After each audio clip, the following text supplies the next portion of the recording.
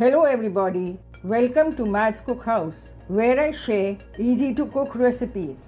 This week I'll be sharing the recipe for the fresh basil and tomato farfalle or bow tie pasta. This Italian dish is full of flavor and ready in minutes. To begin, boil 1 cup of dried pasta in salted water to al dente according to the instructions on the package. Drain and keep 1/4 cup of pasta water for later.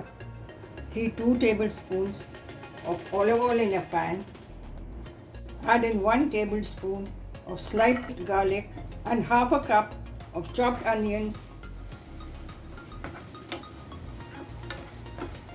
and saute until translucent.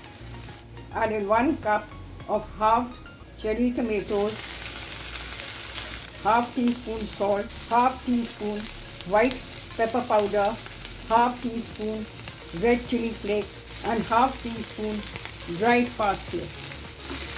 Mix well and cook until the tomatoes soften. They should not be mushy. Add in the boiled pasta along with the pasta water.